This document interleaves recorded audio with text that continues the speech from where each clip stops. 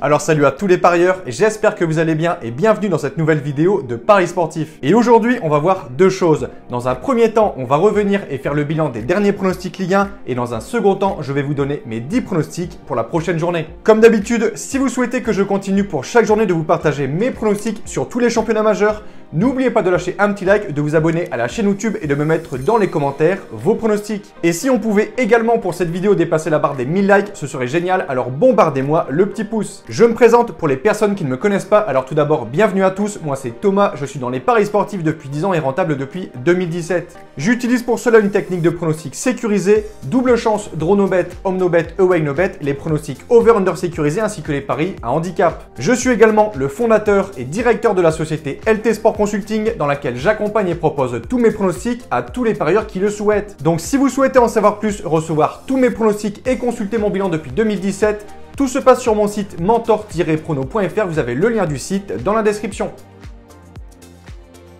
On fait le bilan de la journée précédente en termes de pronostics sécurisés, hormis le match Metz-Brest, on a tout bon pour le reste, ce qui fait un ratio de 9 sur 10. Petit conseil pour placer vos pronostics, je vous conseille le bookmaker Pinacle où les cotes sont très intéressantes, vous avez le lien en description. Je vais maintenant vous donner mes pronostics sécurisés accompagnés du score que j'envisage pour les matchs. Comme je le précise, dans toutes les vidéos, ce sont uniquement des points de vue, ce ne sont pas des pronostics à jouer en score exact. Ce ne sont pas non plus forcément des pronostics que je joue personnellement. Je le redis, tous mes pronostics sont disponibles sur mon site. Autre point, je vous conseille toujours de parier en sécurisant vos pronostics et j'explique tout ça dans cette vidéo.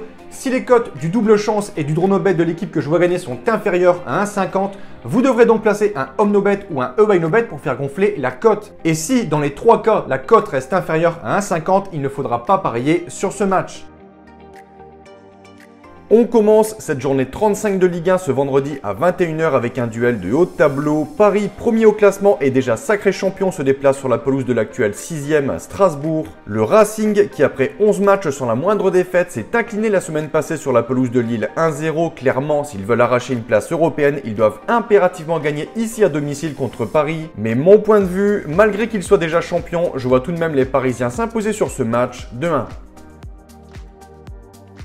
Second match, cette fois ce samedi à 17 h, direction Lens et le Stade Bollaert. Les Lensois accueillent les Canaries de Nantes. Les 100 et or, actuels 7e avec 54 points, peuvent toujours arracher une place en Europa League. Pour cela, forcément, il faudra battre une bonne équipe de Nantes qui reste sur un succès 5-3 contre Bordeaux. Lens est en forme actuellement, 4 matchs sans défaite, 3 victoires contre Nice, Lille et Montpellier et le week-end dernier, un bon nul sur la pelouse de Paris, un partout. Je pense que les Lensois gagneront ce match 2-0.